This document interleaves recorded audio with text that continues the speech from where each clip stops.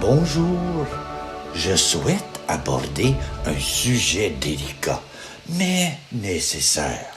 L'administration Trump, par ses mensonges éhontés, ses divisions insidieuses et son mépris flagrant pour la vérité, nous convie à une méditation profonde.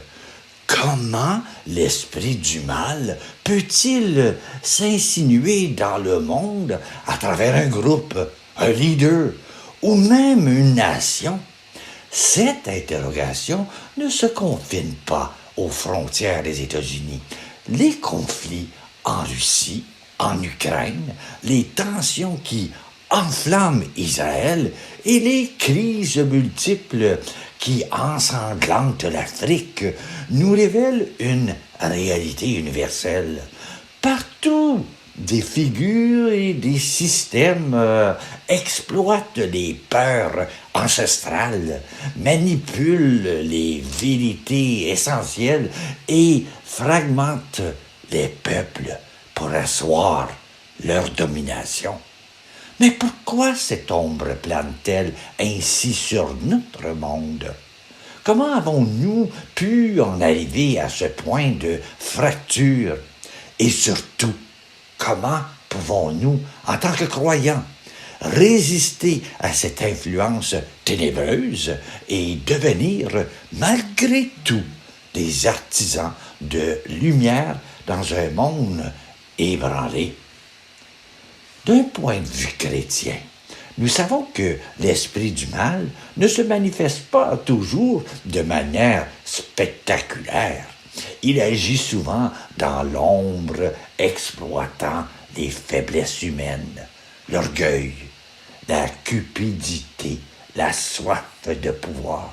Comme le dit l'apôtre Paul dans Éphésiens, « Car nous n'avons pas à lutter contre la chair et le sang, mais contre les dominations, contre les autorités, contre les princes de ce monde de ténèbres, contre les esprits méchants dans leurs lieux célestes. » L'histoire nous montre que les régimes les plus destructeurs ont souvent été portés par des leaders charismatiques, capables de manipuler les masses. Hitler, Staline, Mussolini, tous ont utilisé la peur, la haine et les mensonges pour asseoir leur pouvoir.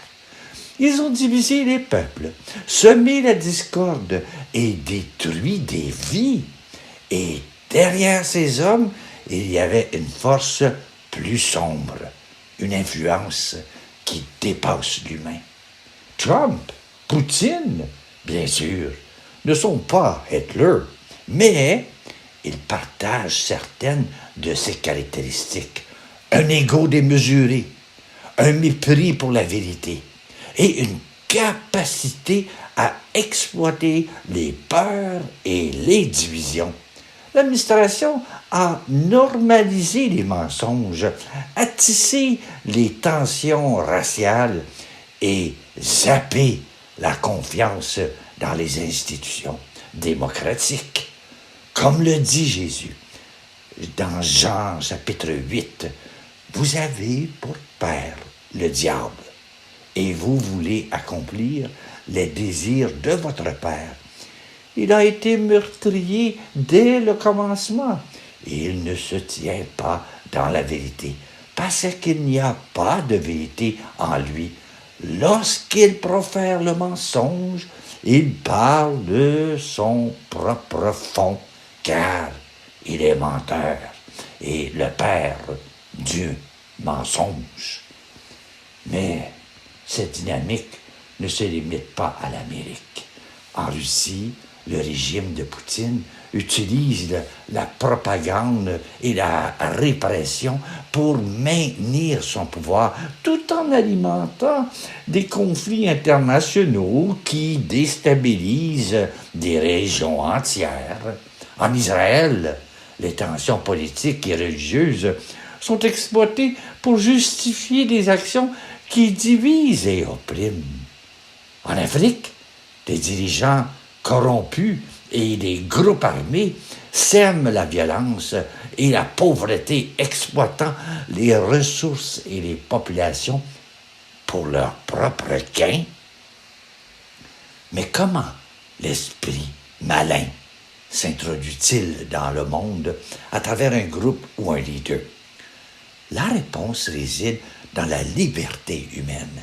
Dieu nous a créés libres, capables de choisir entre le bien et le mal. Mais cette liberté est aussi notre vulnérabilité. Lorsque nous laissons l'orgueil, la haine ou la peur guider nos choix, nous ouvrons la porte à l'influence du mal. L'histoire de l'Église nous rappelle que l'esprit malin est un imitateur. Il copie les œuvres de Dieu pour les pervertir. Par exemple, là où Dieu unit, Satan divise. Là où Dieu guérit, Satan blesse. Et là où Dieu offre l'amour, Satan sème la haine. L'administration Trump, les conflits en Russie, les tensions en Israël et les crises en Afrique semblent tous refléter cette stratégie. Mais ne nous trompons pas. L'esprit malin n'a pas besoin de posséder quelqu'un pour agir. Il lui suffit de manipuler, de corrompre, de détourner, comme l'a écrit le C.S. Lewis dans The Screw Tape Letters. Le mal travaille souvent de manière subtile, exploitant nos faiblesses et nos égos pour nous éloigner de Dieu. Alors, que devons-nous faire face à cela? D'abord, prier. Comme le dit Jacques, chapitre 4, « Soumettez-vous donc à Dieu, résistez au diable, et il fuira loin de vous. » Ensuite, agir. Nous devons dénoncer les mensonges, défendre la vérité et protéger les plus vulnérables. Enfin, espérer, car nous savons que, malgré les apparences, Dieu est aux commandes. Comme le dit Romains chapitre 8, toutes choses concourent au bien de ceux qui aiment Dieu. L'histoire de l'Église est remplie d'exemples de ténèbres vaincues par la lumière. Pensons à Saint-Augustin. Donc la vie dissolue a été transformée par la grâce. Pensons à Martin Luther King Jr., qui a combattu la haine par l'amour. Pensons à Nelson Mandela, qui a choisi la réconciliation plutôt que la vengeance après l'apartheid. La chute du mur de Berlin en 1989, après les décennies de division et d'oppression sous le régime communiste, le mur de Berlin est tombé, symbolisant la victoire de la liberté et de l'unité sur la tyrannie. Des mouvements pacifiques, inspirés par les valeurs chrétiennes et humanistes, ont joué un rôle clé dans cette transformation.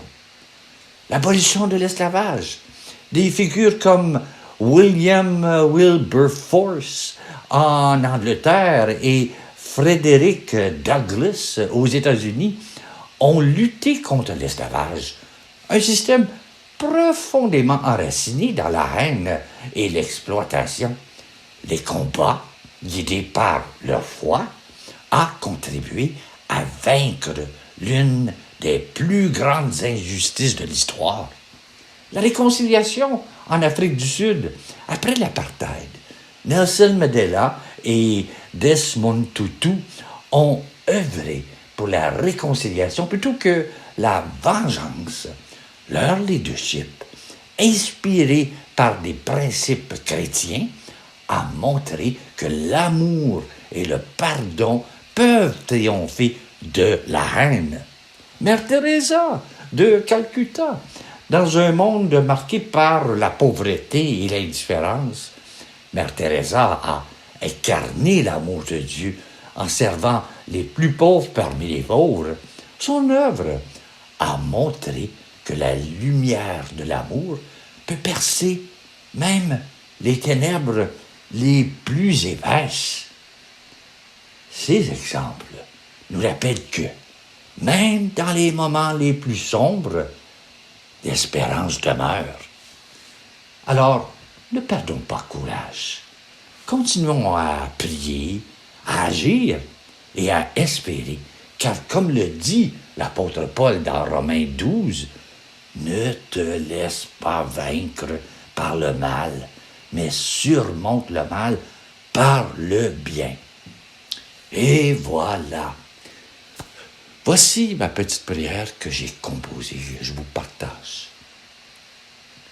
Seigneur, Dieu de lumière et de vérité, nous te prions aujourd'hui pour notre monde, déchiré par la haine, les mensonges et les divisions.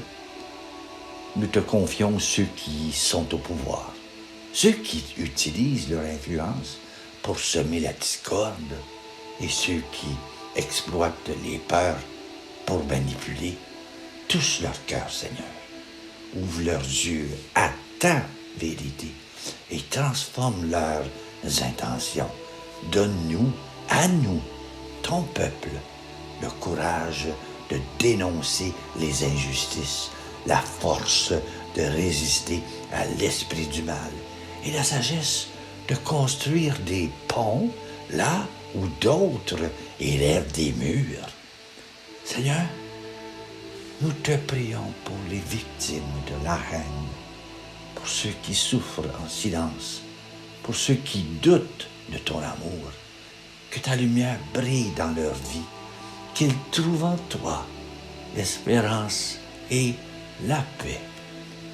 En ces temps troublés, rappelle-nous que tu es aux commandes, que ton royaume vient et que l'amour triomphera toujours de la haine. Fais de nous des instruments de ta paix, des témoins de ta grâce et des porteurs de ta lumière. Merci Seigneur. Amen. Et voilà, bonne journée à toi.